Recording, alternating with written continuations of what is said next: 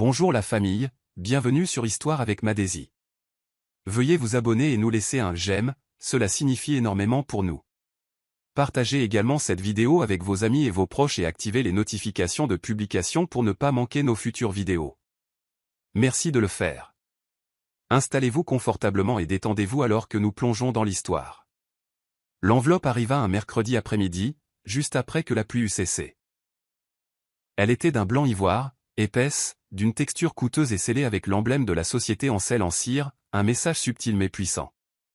Justina la fixa un instant sur la console, ses doigts tremblant très légèrement avant qu'elle ne la ramasse. Elle savait déjà ce que c'était. Depuis quelques semaines, la société Ancel préparait son banquet de gala annuel, un événement qui l'enthousiasmait autrefois, à l'époque où on la présentait comme la femme derrière l'homme. Mais les choses avaient changé. Dernièrement, son nom était à peine prononcé lors des événements d'entreprise. Des chuchotements emplissaient l'air à la place, ceux d'une autre femme, de rires qui n'étaient pas les siens, d'une chaleur qui s'était refroidie. Pourtant, elle ouvrit l'enveloppe et déplia la carte à l'intérieur. Les mots étaient formels, impersonnels. Vous êtes cordialement invité au banquet de gala annuel du groupe Ancel. Pas de salutation, pas de signature, pas même une trace de son écriture. La date était dans 2 semaines. Pas de détails sur la tenue, pas de « au plaisir de vous voir ». Juste un ordre masqué en courtoisie. Plus tard dans la soirée, Justina était assise seule dans la pénombre de son salon. Son thé avait refroidi depuis longtemps, intact sur la table d'appoint. Ses yeux restaient fixés sur l'invitation, maintenant ouverte à côté d'une photo de famille, une où Ancel la tenait encore avec amour. Elle ne pleura pas.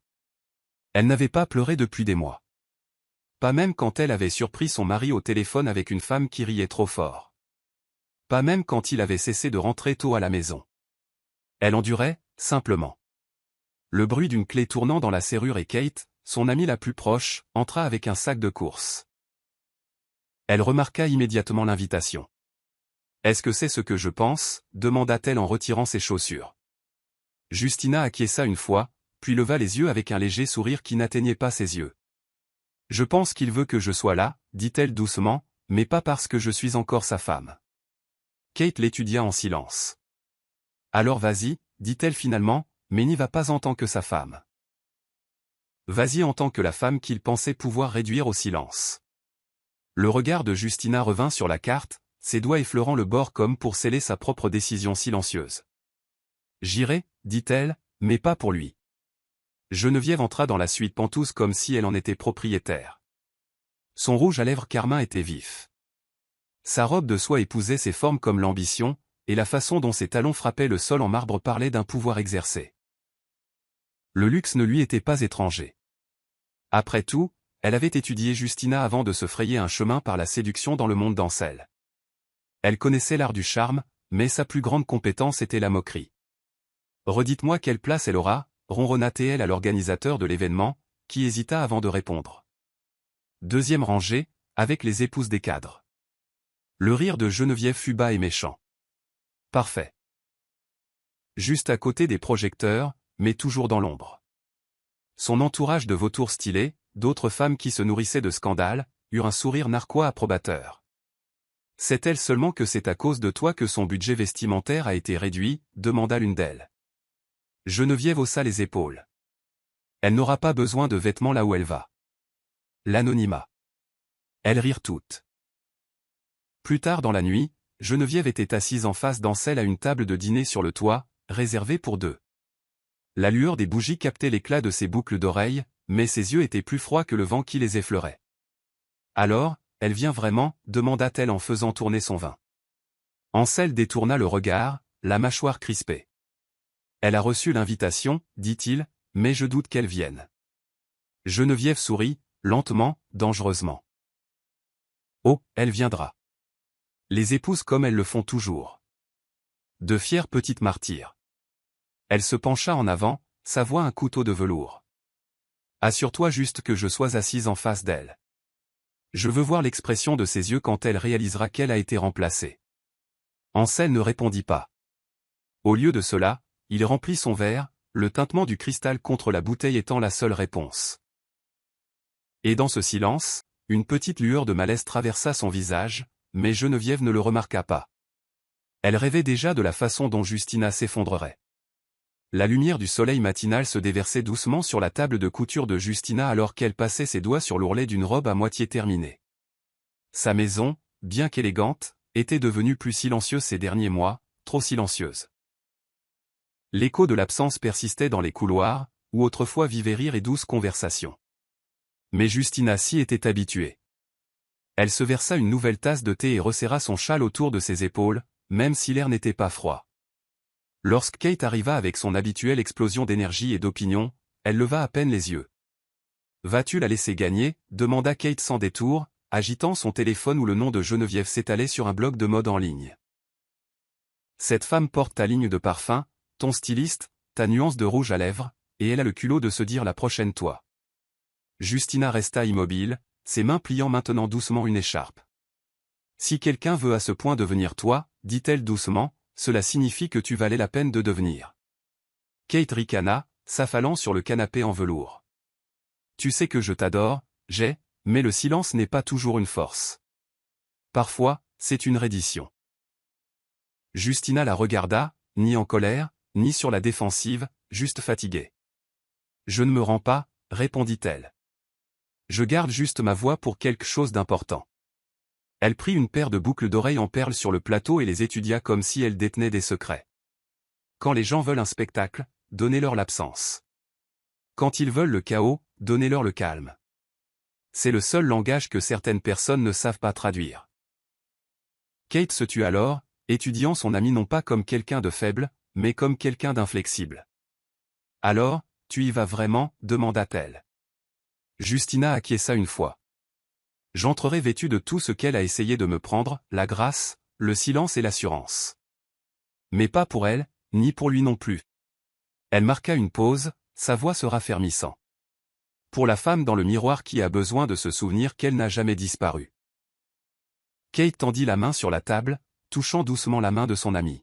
« Alors assurons-nous que le miroir reflète tout ce qu'elle mérite. » Ansel se tenait dans la chambre principale, fraîchement douché, ses boutons de manchette scintillant alors qu'il boutonnait sa chemise. La pièce était immaculée, soignée, froide, comme le reste de la maison. Il jeta un coup d'œil vers le côté vide du lit, les draps intacts, les oreillers parfaitement arrangés. Cela faisait des mois qu'il n'avait pas tendu la main à Justina avec quelque chose qui ressembla à de la tendresse. Leur conversation s'était dissoute en logistique. Horaire d'événement, autorisation bancaire, l'occasionnel et forcé, ça va, qui n'invitait jamais à une vraie réponse. Maintenant, seul, il sentit soudain le silence. Non pas le silence confortable du partenariat, mais le vide résonnant de la distance. Geneviève avait déjà envoyé 2 SMS ce matin-là, posant des questions sur le plan de table et la couleur de sa robe. Il n'avait pas répondu. Une étrange culpabilité commençait à le ronger, pas assez pour changer de cap, mais assez pour obscurcir ses pensées. Il se dirigea vers la commode de Justina et ouvrit un tiroir. Son parfum persistait, jasmin doux et cèdre. Une note de sa mère dépassait d'entre les foulards. Il ne la lut pas. Il referma le tiroir. En bas, la gouvernante s'arrêta en le voyant descendre. « Madame ne prendra pas de petit déjeuner ?» demanda-t-elle prudemment. Ansel secoua la tête. Elle est sortie. La femme hésita, puis acquiesça. « Je garderai le thé au chaud. » Il ne répondit pas. Au lieu de cela, il attrapa ses clés de voiture et sortit. Sur le trajet vers le bureau, ses pensées se tournèrent vers le banquet. Tout était prêt. La presse serait là. Les investisseurs aussi. Et Geneviève avait promis quelque chose de mémorable. Il se dit que c'était anodin, juste une introduction, juste un murmure de changement. Mais même en essayant de se convaincre, Ansel ne parvenait pas à chasser l'image des yeux de Justina la dernière fois qu'il l'avait regardée. Des yeux qui ne suppliaient pas, n'accusaient pas, mais le regardaient simplement à travers lui comme s'il n'était plus là. Il avait pris son silence pour une reddition, son calme pour du vide. Mais au fond de lui, quelque chose lui disait qu'il avait tort. Et cela le terrifiait plus qu'il ne l'admettrait. Dans la suite de préparation de l'événement au siège du groupe Ansel, Geneviève arpentait vivement la pièce, le claquement de ses talons aiguilles résonnant sur le marbre poli. Son styliste ajustait sa robe pour un dernier essayage tandis qu'elle faisait défiler son téléphone, les yeux plissés. Le plan de table a-t-il été finalisé, aboya-t-elle. Un assistant nommé Sei acquiesça nerveusement, tenant un presse-papier. Oui, madame, la table d'honneur est dressée. Vous êtes directement en face de monsieur Ancel. Et madame Justina Maduet. Il tourna une page. Sur l'aile droite, à côté des sponsors familiaux de l'entreprise. Geneviève eut un sourire narquois. Parfait. Je la veux assez proche pour voir, mais assez loin pour se sentir insignifiante. Puis, comme frappée d'une inspiration soudaine, elle se tourna vers l'assistant et dit « Rendons son carton de placement très spécial. Étiquetez-le vache paresseuse en écriture soignée. Assez subtil pour ne pas attirer l'attention jusqu'à ce que quelqu'un regarde de près. » Sei cligna des yeux, incrédule. « En êtes-vous sûre, madame ?» Geneviève sourit froidement. « Absolument. Ce sera ma petite blague. » Elle ne peut pas se morfondre pendant un autre banquet et s'attendre à de la pitié. Dans une salle d'impression silencieuse, le technicien hésita avant d'imprimer le cruel carton de placement. Elle a dit que c'est pour madame Justina, murmura-t-il à Sei. L'assistant acquiesça à contre-cœur. Fais-le. Nous perdrons tous les deux notre emploi si elle pique une crise. La machine bourdonna, crachant des étiquettes blanches et dorées avec les noms de dizaines d'invités. Parmi eux, vache paresseuse, en cursive, épinglée au coin de la pile. Geneviève l'inspecta plus tard elle-même, tenant la carte entre ses doigts aux ongles rouges. Élégant, n'est-ce pas? Les gens pensent que le pouvoir réside dans les titres. Non. Le pouvoir, c'est de savoir exactement où appuyer sur la blessure. Elle rit, le lui rendant. Placez-le avant le début de l'événement. Et ne laissez pas Ancel le voir. Il fait encore semblant d'être indécis. En sortant, elle lança par-dessus son épaule, offrant-lui un banquet qu'elle n'oubliera jamais. Son personnel échangea des regards mal à l'aise mais ne dit rien. Dans cette pièce pleine de chuchotements, personne n'osa s'opposer, pas encore. Kate faillit renverser le vase dans le hall d'entrée de Justina en entrant en trombe, agitant son téléphone. « Dis-moi que ce n'est pas vrai », lança-t-elle. « Dis-moi que Geneviève n'a pas étiqueté ta chaise au banquet vache paresseuse. » Justina leva les yeux de sa machine à coudre, son expression indéchiffrable. « Elle l'a fait », dit-elle doucement. « Comment le sais-tu » Kate montra une photo des coulisses qui avaient fuité de la salle du banquet. Effectivement, un gros plan du carton de placement avec les mots cruels. « Tu ne peux pas y aller et t'asseoir devant ça. » Qu'est-il advenu des limites? Qu'est-il advenu de la dignité?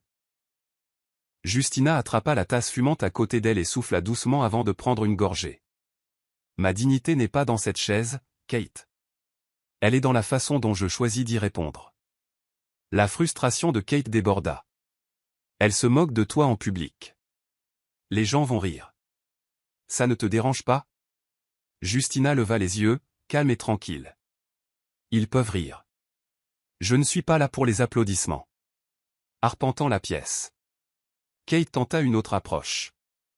Alors n'y va pas. Laisse-la s'asseoir là toute seule. Ne nourris pas son drame. Mais Justina secoua la tête. Non. Si je ne me présente pas, elle gagne par défaut. Et les gens comme elle, ils vivent de l'idée qu'ils ont réduit les autres au silence. Elle se leva, se dirigeant vers le miroir près de l'entrée.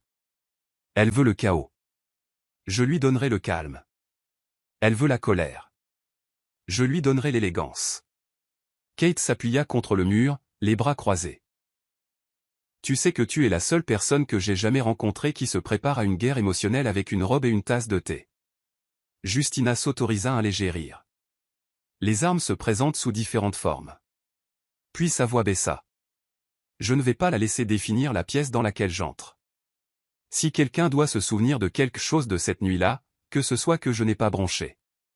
Kate soupira profondément, cédant finalement. Alors promets-moi une chose, dit-elle. Quoi qu'il arrive, ne te laisse pas briser. Justina fixa son reflet une longue seconde. Je suis déjà brisée, murmura-t-elle. C'est juste moi qui me relève. Dans la vaste salle de bal où se tiendrait le banquet, Nelson se tenait avec deux responsables techniques, examinant la disposition finale de l'équipement de presse. Des projecteurs étaient testés, la scène polie, et des micros sans fil installés sous certaines tables pour la clarté du son pendant les discours. Nous visons des transitions fluides, déclara le technicien principal. La plupart des tables près de la section VIP sont équipées de micros juste pour l'ambiance et la clarté de la diffusion. Un son clair, sans interférence sonore. Nelson acquiesça, les bras croisés, ses yeux vifs balayant la pièce. « Soyez discret, dit-il. Les invités ne doivent pas le remarquer. Nous voulons des réactions brutes, pas mises en scène. » Le technicien acquiesça de nouveau. Compris. De plus, la table 28 dispose d'un récepteur de secours. Elle se trouve directement entre les tables des médias et la rangée des sponsors. Nelson marqua une pause, se souvenant du numéro de table de Geneviève. Table 28, répéta-t-il. Le technicien confirma. Nelson eut un léger sourire narquois. Laissez-le actif. Laissons la nuit se dérouler. Plus tard dans la soirée, alors que les lumières s'estompaient pour une répétition finale sur scène, Nelson s'attarda sur le côté de la salle de bal, observant tranquillement la mise en place des tables. Il vit l'assistante de l'événement placer soigneusement les cartons nominatifs, PDG Anselme Madu, Geneviève Wallaby, puis la carte blanche avec une écriture cursive qui lui fit plisser les yeux. Il s'approcha, mais l'assistante la couvrit rapidement. Juste les places des sponsors, marmonna-t-elle. Nelson n'insista pas, mais il nota le malaise dans sa voix. En s'éloignant, il envoya un texto d'une seule ligne à son équipe. Gardez tous les micros ouverts jusqu'à la fin du discours d'ouverture. Aucune interruption. Il ne savait pas exactement ce qui se passerait cette nuit-là, mais son instinct lui disait que l'atmosphère dans cette pièce allait changer. Et quand cela arriverait, il voulait que la vérité soit plus forte que les applaudissements. Pas par dépit, pas par vengeance, mais parce que certaines leçons ne s'entendent jamais qu'à travers des échos. La nuit du banquet arriva, enveloppée dans ce genre de calme qui précède toujours une tempête. Dans sa chambre, Justina se tenait devant un miroir en pied tandis que Kate ajustait l'encolure de sa robe de soirée bleu marine. Ce n'était pas juste une robe, c'était une déclaration. Le satin épousait doucement ses formes, royal et silencieux. Son maquillage était doux mais ferme. Ses cheveux étaient relevés en un chignon bas avec des épingles à perles qui ne scintillaient qu'en y regardant de près. « Tu as l'air de posséder l'air de cette pièce », murmura Kate, reculant avec un sourire fier. Justina ne dit rien, se contentant d'enfiler ses boucles d'oreilles, des créoles minimalistes en or avec une minuscule inscription à la base, la force dans le silence. Elle prit sa pochette et se tourna. « Ne soyons pas en retard, dit-elle calmement. Kate marqua une pause. « Tu le fais vraiment ?» murmura-t-elle. Justina eut un petit sourire. « Je ne me montre pas pour quelqu'un d'autre. Je me montre pour la version de moi qui a oublié à quel point elle est puissante. » Alors que leur voiture s'arrêtait devant la salle de banquet, les flashs des appareils photo illuminaient déjà le trottoir comme des éclairs. Justina sortit lentement, ses talons atterrissant doucement sur le tapis, provoquant un silence alors que la foule se tournait pour voir qui était arrivé. Certains journalistes clignèrent des yeux, incrédules. Beaucoup ne l'avaient pas vue en public depuis près d'un an. Le personnel d'Ancel s'était assuré que sa présence restât dans l'ombre. Mais ce soir, les ombres ne pouvaient la retenir. À l'intérieur, Ancel jeta un coup d'œil vers l'entrée et se figea visiblement en la voyant. Il n'avait pas imaginé qu'elle viendrait réellement. Ses yeux la parcoururent de la tête aux pieds, et pour la première fois depuis longtemps, il y avait quelque chose d'indéchiffrable en eux. Geneviève, déjà assise, se retourna, ses yeux se rétrécissant lorsqu'elle aperçut la silhouette bleu marine glissant à travers la pièce. « Elle est venue » siffla-t-elle à voix basse. Son amie à côté d'elle rit. « Voyons combien de temps elle tiendra. » Mais aucune d'elles ne remarqua Nelson sur le côté de la pièce, observant la scène se dérouler comme l'acte final d'une pièce soigneusement construite. Geneviève se pencha sur son siège alors que Justina prenait le sien de l'autre côté de la salle, feignant de ne pas la remarquer. Mais son sourire narquois s'élargit alors qu'elle se tournait vers ses amis à table, la voix suffisamment basse pour paraître intime, mais assez forte pour être captée par les oreilles et les micros environnants. Elle a l'air fatiguée, ricana-t-elle, comme une secrétaire usée qui essaie de s'intégrer à un gala. Je suppose que la soie ne rend pas une vache élégante, n'est-ce pas? Quelques-unes de ses amies gloussèrent dans leur flûte de champagne, mais l'une d'elles parut mal à l'aise. Peut-être que tu devrais arrêter, murmura-t-elle en jetant un coup d'œil vers les caméras à proximité. Geneviève la repoussa d'un geste de la main, s'il t'est. Plaît. Personne ici n'écoute les vieilles décorations comme elle. Elle aurait dû rester chez elle et s'épargner l'embarras. Ce banquet n'a pas de place pour les femmes au foyer dépassées qui jouent la comédie. Elle prit une autre gorgée, puis ajouta, d'ailleurs, après ce soir, Ansel n'aura d'autre choix que de rendre les choses officielles. Il est à moi maintenant. Justina entendit tout. Chaque mot, comme du venin enrobé de velours, parvint à ses oreilles. Mais elle ne broncha pas. Elle garda son regard fixé sur la scène devant elle, ses mains calmement jointes sur ses genoux. Nelson, de son coin, ajusta l'oreillette connectée au flux du micro. L'audio passait de manière cristalline. Les techniciens échangèrent des regards derrière la console de son alors que les mots jouaient doucement dans leur casque. « On coupe » demanda l'un d'eux. La voix de Nelson était ferme. « Pas un mot, laissez faire. » Justina, pendant ce temps, prit une profonde inspiration et leva le menton, sachant que son silence était une arme. Elle paraissait radieuse et imperturbable, ce qui ne fit qu'attiser la méchanceté de Geneviève. « Vous voyez comme elle reste assise là, comme un meuble » ajouta cruellement Geneviève. « Je jure qu'elle est le genre de femme qui se fond dans le décor, tout en apparence, aucune présence. » Justina attrapa son verre et but une lente gorgée. De l'autre côté de la pièce, Ansel observait la dynamique se dérouler, quelque chose lui serrant la poitrine. Il ne le savait pas encore, mais le dénouement avait déjà commencé. Cela commença par un léger bourdonnement de Larsen, à peine audible par-dessus la douce musique classique dans la salle. Puis, sans avertissement, les haut-parleurs autour de la salle de banquet s'ajustèrent automatiquement en préparation de l'introduction du discours principal. Mais au lieu de la voix de l'animateur, le rire de Geneviève perça le silence, suivi de son ton moqueur. Vache paresseuse. La soie ne la rend pas élégante. Aucune présence. Les mots destinés uniquement à sa table résonnaient maintenant à travers la salle. Les invités se figèrent au milieu d'une conversation. Les vers s'arrêtèrent à mi-chemin des lèvres. Un silence glacial se répandit d'un coin à l'autre, balayant la salle comme une rafale de vent froid. Geneviève se raidit, les yeux s'écarquillant alors que sa propre voix résonnait à nouveau, cette fois plus claire, plus forte, plus aiguë. Justina resta parfaitement immobile, la tête haute. Pas un seul muscle ne tressaillit. Aucune justification. Pas de suffisance, juste une dignité calme et immuable. Ansel se leva brusquement, la panique brillant sur son visage. « Éteignez ça » aboya-t-il à un membre du personnel, mais il était trop tard. Le mal était fait. Les invités échangeaient maintenant des regards gênés, certains chuchotant, d'autres fixant ouvertement Geneviève. Même ses amis reculèrent, s'éloignant légèrement d'elle. La main de Geneviève trembla alors qu'elle attrapait son verre d'eau, mais ses doigts le saisirent à peine. Un homme à une table voisine murmura, honteux. Nelson resta dans l'ombre, les bras croisés, observant tout se dérouler. Et à cet instant, Justina se leva lentement. Elle ne parla pas. Elle ne regarda pas autour d'elle. Elle ramassa simplement sa pochette et sortit, sa robe traînant derrière elle comme une reine, quittant une cour qui ne méritait plus sa présence. Pas un regard en arrière. Pas de sortie dramatique. Juste un silence si profond qu'il tonnait plus fort que les microphones n'auraient jamais pu le faire. Le grand lustre au-dessus scintillait comme un jugement alors que Justina se dirigeait vers la sortie, ses pas lents, posés. Personne ne l'appela pour l'arrêter. La salle, encore abasourdie par l'écho des propres mots de Geneviève, s'était figée dans un malaise collectif. Sa robe bleu marine frôlait doucement le sol en marbre, et le son de ses talons semblait plus fort que le silence laissé dans son sillage. Les invités détournèrent les yeux, non par pitié, mais par honte. Une femme murmura à son mari, ça, c'était de la force.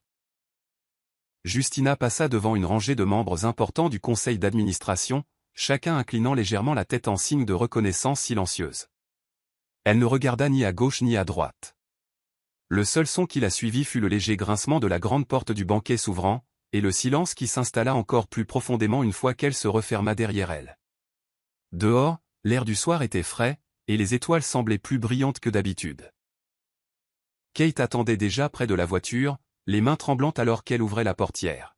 « Ça va » demanda-t-elle, la voix basse. Justina fit un petit signe de tête en glissant sur la banquette arrière. « Je ne suis pas brisée » dit-elle doucement. « J'en ai juste fini de prétendre que je ne les entendais pas depuis le début. » Kate retint ses larmes en montant à côté d'elle. De l'intérieur de la salle, personne n'osa suivre. Geneviève resta figée sur sa chaise, les joues empourprées d'humiliation. Ansel se tenait comme un homme perdu en mer, les yeux fixés sur la porte par laquelle sa femme était sortie, comme si elle venait de se refermer sur sa propre tranquillité d'esprit.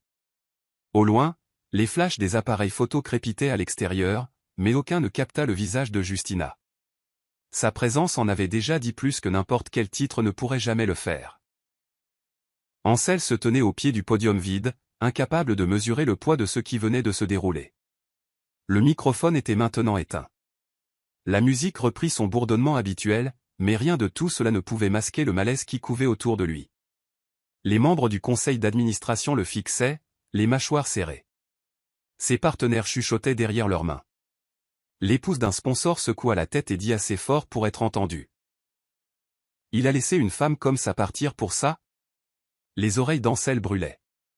Il se tourna vers Geneviève, qui était assise, raide, sa confiance remplacée par une attitude défensive enfantine. Répare ça, siffla-t-elle à voix basse. Fais quelque chose. Mais il ne répondit pas. Il n'avait pas de mots. La réalisation le frappa comme une pluie froide. Il avait orchestré cet événement pour rehausser son image, mais au lieu de cela, il avait révélé sa lâcheté. Et la seule personne qui lui avait autrefois donné le sentiment d'être invincible était partie sans un regard en arrière.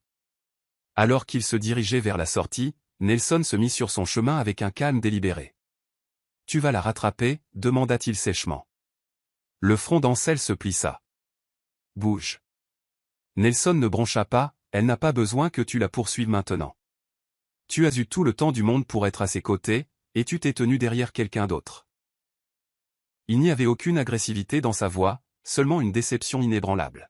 « Tu ne l'as pas seulement laissé tomber, Ansel. Tu as laissé le monde le voir. » Ansel serra les poings, déchiré entre la colère et la honte. « Elle me parlera, marmonna-t-il, essayant de se convaincre. Mais Nelson se pencha plus près. « Elle l'a déjà fait, dit-il, avec chaque pas silencieux qu'elle a fait pour s'éloigner de ce gâchis. » Ansel regarda au-delà de lui, à travers les portes vitrées, mais la rue à l'extérieur était déjà vide. Et avec elle, l'illusion qu'il avait le contrôle. La lumière du soleil filtrait dans la chambre à travers des rideaux transparents, dansant faiblement sur les draps crème. Ansel se retourna instinctivement, tendant la main, pour ne rencontrer que du tissu frais. L'odeur de la lotion pour le corps de Justina persistait faiblement de son côté du lit, mais son oreiller restait intact. Se redressant lentement, il remarqua quelque chose de différent. Le bracelet en or qu'elle portait toujours au lit avait disparu de la commode. Son écharpe préférée manquait au crochet derrière la porte. La panique monta dans sa poitrine alors qu'il se précipitait vers l'armoire. La moitié de l'espace était vide. Pas de chaos, pas d'emballage en colère, juste un retrait silencieux et délibéré. Un seul objet reposait sur la coiffeuse, son alliance, seul, scintillant à la lumière du matin. Pas de mots, pas de dernière parole, juste l'absence silencieuse de quelqu'un qui s'était enfin choisi. En bas, le silence était presque offensant. La gouvernante, Ada, leva les yeux nerveusement quand Ansel entra dans la cuisine. « Madame » demanda-t-il, la voix sèche. Elle secoua la tête. Elle est partie tôt, n'a pas dit où. Il ouvrit le réfrigérateur, puis le referma sans rien prendre. Son appétit avait disparu. Toute la maison, autrefois remplie de structure et d'élégance, ressemblait maintenant à un musée de souvenirs, beau mais sans vie. Il entra dans le salon, regarda la tasse de thé intacte qu'elle laissait toujours près de la fenêtre, et sentit le poids de chaque instant qu'il avait pris pour acquis. Il prit son téléphone et composa son numéro. Ça sonna une fois, 2 fois, puis tomba sur la messagerie vocale. Aucun mot ne lui vint. Il raccrocha, s'affaissa sur le canapé, et pour la première fois depuis des années, sentit les arêtes vives du regret trancher sa fierté. Il n'avait pas été quitté avec colère, il avait été quitté dans la vérité. Et c'était bien pire. À la mi-journée, Internet avait déjà rendu son propre jugement. Les images du banquet, en particulier la partie où Geneviève se moquait de Justina suivie de ses paroles résonnant à travers le micro, circulèrent sur les réseaux sociaux comme une traînée de poudre. Des extraits furent disséqués par des influenceurs, des blogueurs et même des commentateurs professionnels. Voilà à quoi ressemble la cruauté intériorisée, déclara un animateur de podcast. Une femme essayant publiquement d'en humilier une autre et s'humiliant elle-même à la place. Les hashtags banquet vache paresseuse et #Graisse est parti devinrent viraux dans le monde entier. Les commentaires étaient brutaux.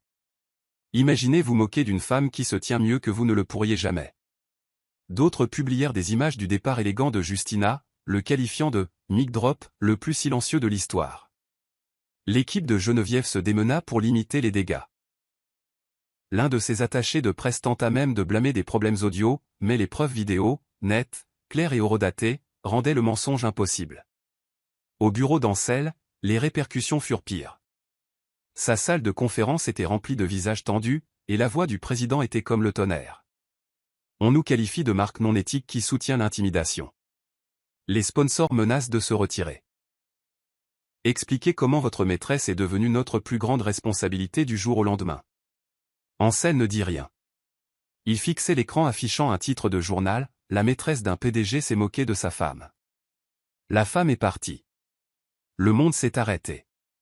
Pendant ce temps, Geneviève arpentait son bureau, frustrée. Pourquoi tout le monde réagit de manière excessive? Les gens plaisantent tout le temps, sifflatait-elle.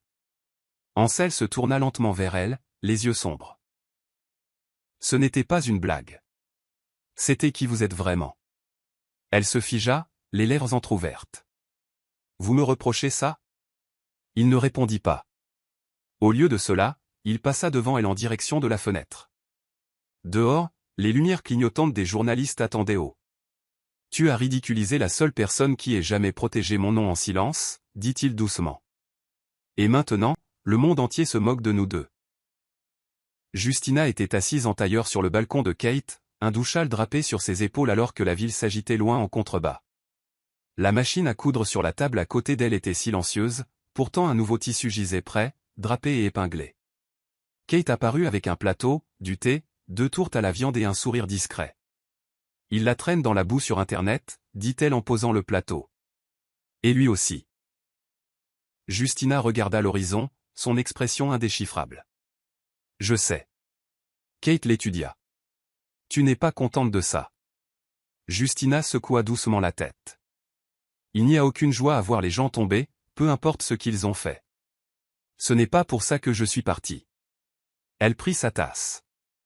Je suis partie parce que j'avais besoin de paix, pas de vengeance. Sa voix était douce, mais pleine d'acier. Il a fait son choix. Maintenant, je fais le mien.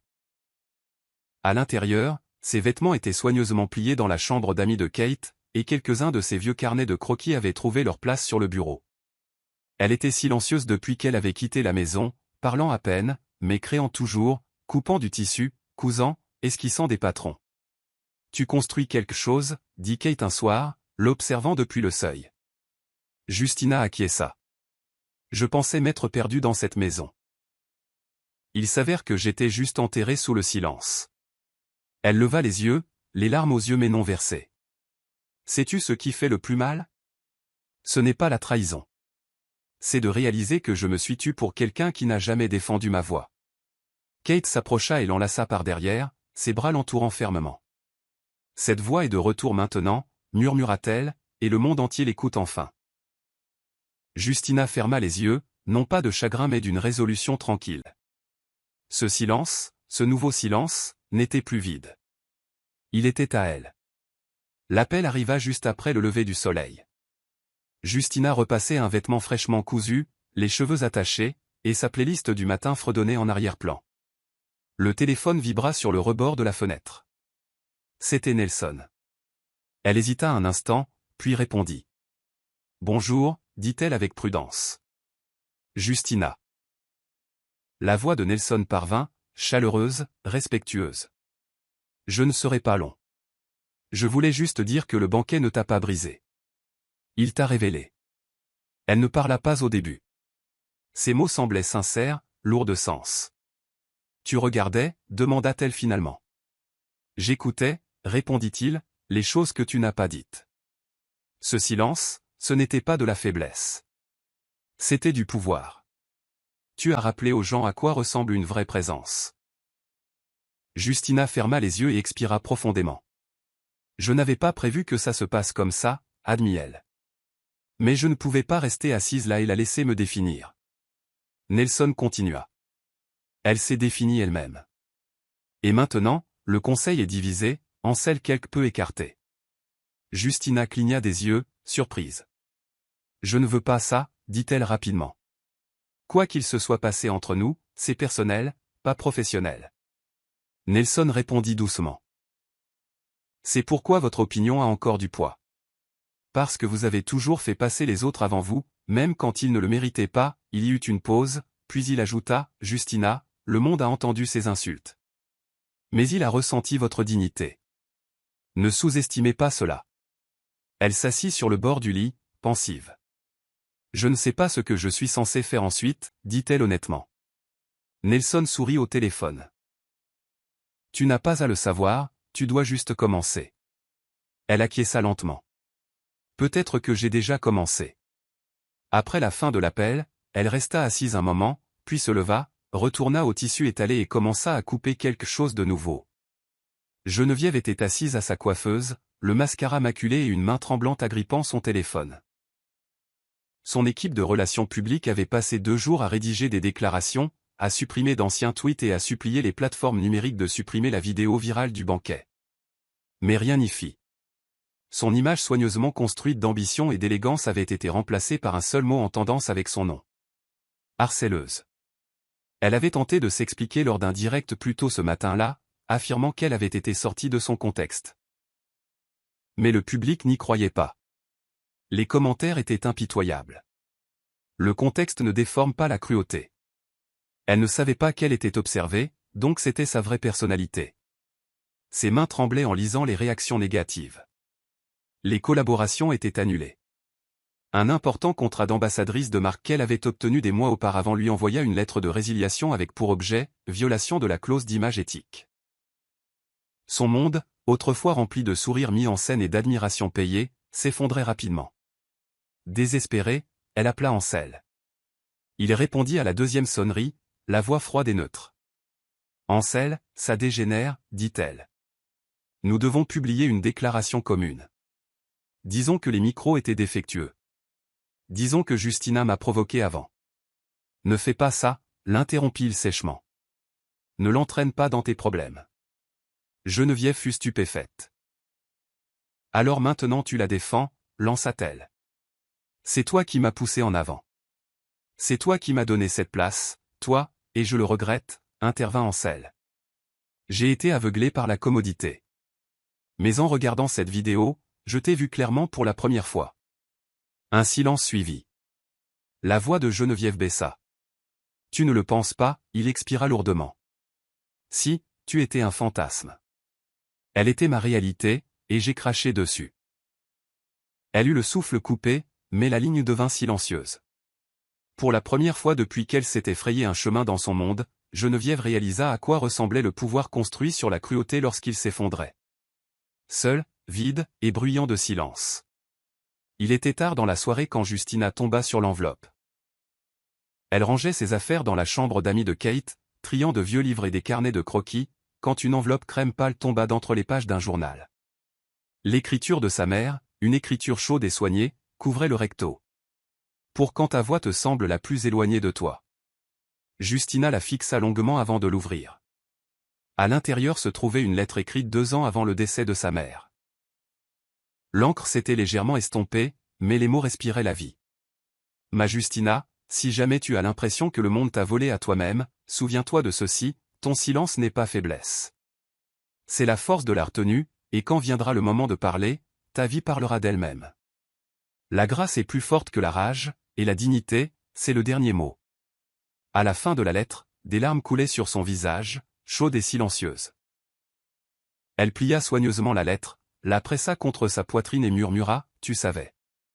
Le poids de ces mots, écrits bien avant que la trahison ne s'insinue dans son mariage, lui parut prophétique. Kate la trouva sur le canapé, les yeux gonflés mais paisibles. « Ça va » demanda-t-elle doucement, posant une tasse de zobo fraîche. Justina acquiesça lentement. « Ma mère m'a rappelé qui j'étais, avant que je ne devienne l'arrière-plan de quelqu'un. » Kate s'assit à côté d'elle, les bras enroulés autour de ses genoux. « Alors, que se passe-t-il ensuite » demanda-t-elle. Justina s'essuya le visage et se redressa. « J'ai cessé d'attendre une conclusion de la part de personnes brisées. Je deviendrai la mienne. Elle se leva, se dirigea vers S.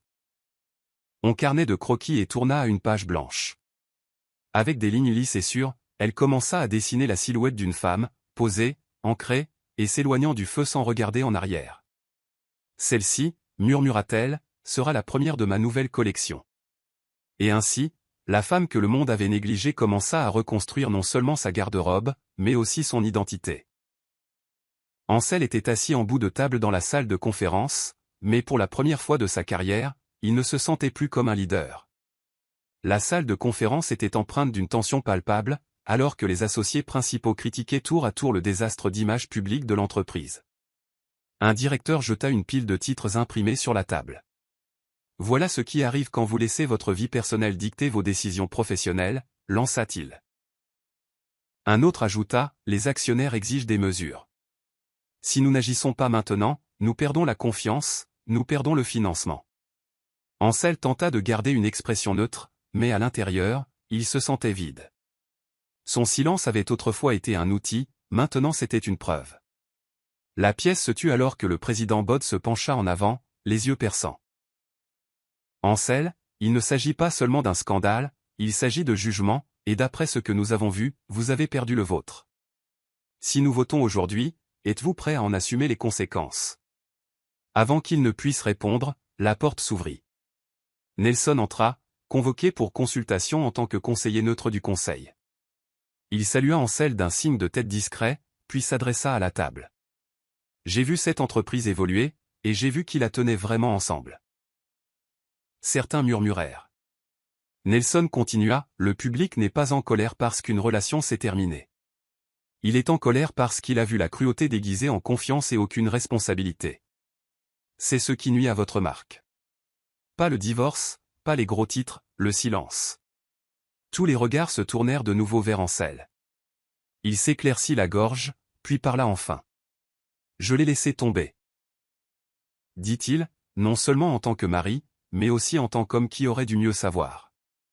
J'ai laissé l'admiration personnelle pour le bruit me distraire de quelqu'un dont le calme soutenait tout. Il marqua une pause. Je ne contesterai pas ce vote. Si vous croyez que ma présence est maintenant un handicap, je me retirerai. Sa voix ne trembla pas, mais son cœur si. Pour la première fois, Ansel envisagea la possibilité de perdre non seulement un mariage, mais l'empire qu'il pensait avoir bâti seul. Les emails commencèrent à affluer en quelques jours. Des demandes de grandes chaînes de médias, de magazines de style de vie, d'émissions matinales et de plateformes numériques. Ils voulaient tous Justina, non pas pour les ragots, mais pour l'inspiration. Un message disait, le monde vous a vu partir avec grâce. Nous aimerions entendre votre version de l'histoire. Un autre était intitulé, une place à la table. Comment une femme a changé la conversation sans dire un mot. Kate en lut quelques-uns à voix haute, mi-excitée, mi-prudente. Tu pourrais choisir. Heure de grande écoute. Scène mondiale. Justina, assise près de la fenêtre, continuait d'enfiler sa machine à coudre. Ils veulent une phrase choc, murmura-t-elle. Mais je ne suis pas prête à être le sujet tendance de qui que ce soit. Kate fronça les sourcils. Mais ta voix compte, j'ai. Justina marqua une pause, regardant l'horizon. Elle compte. Et c'est exactement pourquoi je l'utiliserai quand cela comptera pour moi. Pas quand ils sont avides de gros titres. Ce soir-là, alors que le soleil plongeait sous l'horizon, Justina écrivit un court message qu'elle envoya à tous les médias. Merci pour votre aimable demande. Pour le moment, je choisis la paix plutôt que la publicité. Mon silence est une absence. C'est une guérison. Après avoir cliqué sur envoyer, elle se pencha en arrière, les yeux fermés. Il ne s'agit plus de raconter ma version, dit-elle doucement à Kate. Il s'agit de vivre la vie que j'avais presque oublié que je méritais. Kate sourit. Tu n'as plus rien à prouver. Justina acquiesça lentement. Exactement. Ma vie n'a pas besoin d'un microphone. Elle a besoin de sens. Et dans cet espace calme et ininterrompu, elle retourna à ses croquis, non pas comme une femme réduite au silence par la trahison, mais comme une femme retrouvant son rythme, sans caméra, sans gros titres, ni applaudissements. Geneviève fixait l'email sur son ordinateur portable, les yeux écarquillés, les lèvres entr'ouvertes d'incrédulité. Avec effet immédiat, votre contrat avec Vitalux est résilié en raison d'une violation de la représentation morale. Veuillez vous référer à la clause 4b sur la conduite publique. Ce n'était pas le premier avis de résiliation, juste le dernier. Son agenda mondain autrefois florissant s'était transformé en un désert d'événements annulés, d'invitations révoquées et de silences gênés d'anciens amis qui évitaient désormais d'être tagués sur des photos avec elle. Son engagement sur les réseaux sociaux chuta. Les commentaires affluèrent d'insultes et de rappels de la honte du banquet. Elle essaya de publier une photo légendée, apprendre, grandir, évoluer. Mais le commentaire le plus populaire disait « Commencez par apprendre à ne pas dégrader les femmes ». C'était devenu viral pour toutes les mauvaises raisons. Assise seule dans son appartement en hauteur ce soir-là, Geneviève parcourait Internet de manière obsessionnelle. Le nom de Justina était toujours en tendance, non pas à cause du drame, mais à cause de sa dignité. Un créateur populaire y avait même fait référence dans un discours de défilé, disant « L'élégance est le silence dans lequel une femme marche après avoir été moquée publiquement ». Cette seule phrase brisa quelque chose en elle. Elle avait passé sa vie à essayer d'être inoubliable, et maintenant, pour la première fois, elle l'était vraiment. Mais pour toutes les raisons qu'elle craignait. Dans un moment de clarté désespérée, elle composa le numéro d'Ancel. « S'il te plaît, parle-moi. » murmura-t-elle quand il répondit, mais sa réponse fut sèche. « Nous ne sommes plus les mêmes personnes, Geneviève. » Elle se mordit la lèvre, tremblante. « Alors qui suis-je maintenant ?» Il se tut. « Je pense que tu es enfin en train de le découvrir. » La ligne se coupa, et pour une fois, Geneviève ne cria pas. Elle resta simplement assise dans l'écho de son propre silence, où aucun applaudissement ne suivit.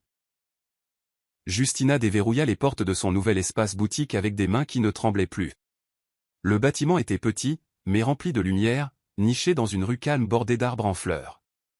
Kate la suivit, les bras chargés de rouleaux de tissu et de trousses de couture. « Ça sent la possibilité, dit-elle en posant tout. Justina sourit faiblement, inhalant. Et la liberté. L'espace avait des murs blancs nus, des parquets polis et suffisamment de place pour une table de couture, un bureau et un canapé pour les clients. Ce n'était pas grandiose, mais c'était à elle, gagner avec des économies qu'elle avait discrètement accumulées, non par peur, mais par prévoyance. « J'ai toujours cousu pour les autres, dit-elle en déroulant un tissu sur la table principale. Maintenant, je couds à partir de mon histoire. Chaque fil contient quelque chose que j'ai survécu. » Au cours des jours suivants, elle et Kate transformèrent l'espace. Elle peignit le mur du fond d'un vert forêt profond et accrocha une citation en lettres dorées au-dessus du miroir, « La grâce ne crie pas, elle coud. » Sa première cliente fut une veuve discrète qui voulait une robe pour le mariage de sa fille. Justina prit les mesures doucement, écoutant plus qu'elle ne parlait. Quand la femme partit, elle se tourna vers Kate. « Ça, c'est la guérison. » Kate l'observa attentivement. « Tu sais que tu construis plus que des robes, n'est-ce pas ?» Justina sourit doucement. « Je reconstruis une femme qui a oublié qu'elle avait le droit de briller par elle-même. » Les commandes commencèrent à affluer, principalement par le bouche à oreille, principalement de femmes qui se reconnaissaient dans la femme qui était autrefois partie sans regarder en arrière. Une semaine après avoir ouvert sa boutique, Justina reçut une enveloppe glissée sous la porte vitrée avant le lever du soleil. Elle portait la signature d'Ancel, familière et indubitablement prudente. Elle la tourna un instant dans ses mains avant de s'asseoir pour la lire. La lettre à l'intérieur était soigneusement pliée, remplie de remords. « Je ne mérite pas ton pardon ?» écrivait-il, « mais je veux reconnaître que la femme que j'ai autrefois aimée méritait bien mieux que l'homme que je suis devenu. J'ai été aveuglé par le bruit. Ton silence m'a appris plus que je n'ai jamais appris des louanges. » Il continua en décrivant des nuits blanches, la honte de sa salle de conférence, l'écho de son nom lors des réunions d'actionnaires, comment son absence avait démantelé l'image à laquelle il s'accrochait. En bas, une seule ligne. « Si rien d'autre, j'espère un jour mériter une réponse. » Justina resta assise un long moment, la lettre pressée contre sa poitrine, non par nostalgie, mais par finalité. Puis, lentement et délibérément, elle prit une feuille de papier et écrivit en retour une seule phrase, « Je te pardonne, mais je ne reviendrai pas », elle la plaça dans une enveloppe et l'envoya par le même coursier qui avait apporté la sienne. Quand Kate arriva plus tard, elle remarqua le calme sur le visage de Justina. « On dirait que tu as lâché quelque chose, dit-elle doucement. Justina sourit. Je n'ai pas seulement lâché prise, Kate. J'ai rendu ce qui n'était plus à moi de porter. Le poids n'était plus sur ses épaules. Elle n'avait pas choisi l'amertume, elle s'était choisie elle-même. Non avec fanfare, non avec fureur, mais avec une finalité cousue discrètement dans une seule ligne de vérité. À l'intérieur du siège du groupe Ancel, l'atmosphère était cassante. La salle de conférence s'était de nouveau réunie, cette fois non avec fureur, mais avec une ferme résolution. Nelson se tenait en bout de table, non plus seulement comme conseiller, mais comme candidat au poste de PDG par intérim. Le vote fut rapide. Lorsque le décompte final fut annoncé, Ancel ferma les yeux une seconde de plus qu'un clin d'œil. Les chiffres parlent, dit le président. Ancel, votre démission sera traitée aujourd'hui. Ancel acquiesça lentement, les mains serrées sous la table. Il n'était pas en colère, il était vide. Ce qu'il pensait autrefois être du contrôle n'avait été qu'illusion. Sa crédibilité s'était effondrée sous le poids de son silence, de ses choix, et d'une femme qu'il avait trop facilement congédiée. Après la réunion, Ancel rencontra Nelson dans le couloir vitré. « Tu as toujours été destiné à diriger », dit-il avec un soupir las. Nelson ne se vanta pas. « Et tu étais destiné à protéger ce qui comptait. » Ancel baissa les yeux. « Je l'ai perdu bien avant le banquet. Je n'avais tout simplement pas réalisé qu'elle m'avait déjà dépassé. » Nelson posa une main sur son épaule. Parfois, on ne voit la valeur de la présence que lorsqu'elle devient absence. Alors qu'Ancel sortait du bâtiment, non pas en tant que PDG, mais en tant qu'homme qui s'était vu tomber, il aperçut un panneau d'affichage de l'autre côté de la rue. Une publicité minimaliste représentant la silhouette arrière d'une femme en robe bleu marine, la tête haute, avec la légende « La grâce n'a pas peur de partir ». Pas de nom, pas d'étiquette, mais il l'a reconnue. Et cela piqua plus que n'importe quel vote en salle de conférence n'aurait jamais pu le faire. La boutique de Justina bourdonnait, de la manière dont le succès discret le fait, non pas bruyamment, mais régulièrement. Le jour de son lancement privé, elle se tenait devant une rangée de mannequins, chacun vêtu de sa nouvelle ligne. Des robes fluides, des tailleurs pantalons ajustés, et des pièces maîtresses cousues d'affirmations discrètement brodées dans les ourlets aux des mots comme « résilience »,« appartenance » et « reconquête ». Kate sortit vêtue de la robe signature de la collection, soie ivoire, ceinturée à la taille avec des accents d'épaule perlés à la main. La pièce, remplie d'invités triés sur le volet et de journalistes indépendants, tomba dans un silence admiratif. Une douce musique instrumentale jouait en fond sonore. Il n'y avait pas de bannière, pas de parrainage de célébrités, juste des histoires écrites en tissu et une force délicatement suspendue à chaque point. Après les applaudissements, une journaliste discrète s'approcha de Justina. « Pourquoi pas de nom de marque sur les robes ?» demanda-t-elle. Justina sourit. « Parce que les femmes qui les portent ont déjà des noms. Je ne veux pas remplacer cela, je veux le rappeler. » Sa voix était douce, mais ancrée. Ces vêtements ne sont pas faits pour être bruyants. Ils sont faits pour être vécus, comme la paix après une tempête. Les commandes commencèrent à affluer cette nuit-là, principalement par le bouche à oreille, principalement de femmes qui se reconnaissaient dans la femme qui était autrefois partie sans regarder en arrière. Quand Kate l'enlaça après l'événement, elle murmura « Tu n'as pas seulement reconstruit, tu as redéfini. » Justina regarda autour de son petit espace sacré et répondit « Je n'avais pas besoin d'une scène. J'avais juste besoin d'une pièce où je pouvais enfin parler, même si je ne disais jamais un mot. » Une enveloppe arriva un an jour pour jour après le fameux banquet, cette fois dorée à l'argent d'où est livrée avec une note manuscrite. Votre présence est requise au gala des fondateurs du groupe Ancel. Invitation pour conférencier principal ci-jointe. Justina la fixa sans la prendre. La pièce était remplie de clientes, d'échantillons, et de l'odeur de lavande fraîche.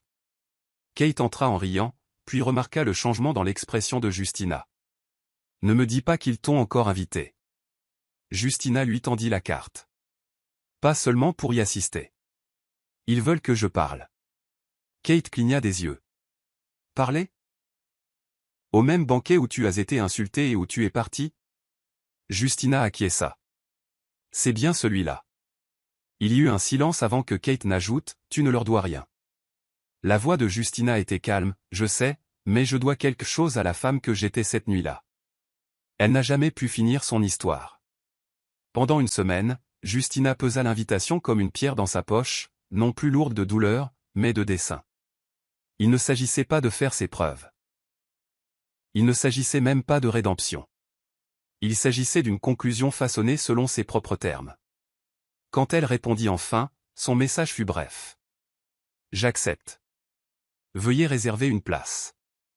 Le comité, maintenant sous la direction de Nelson, confirma sa présence discrètement, respectueusement.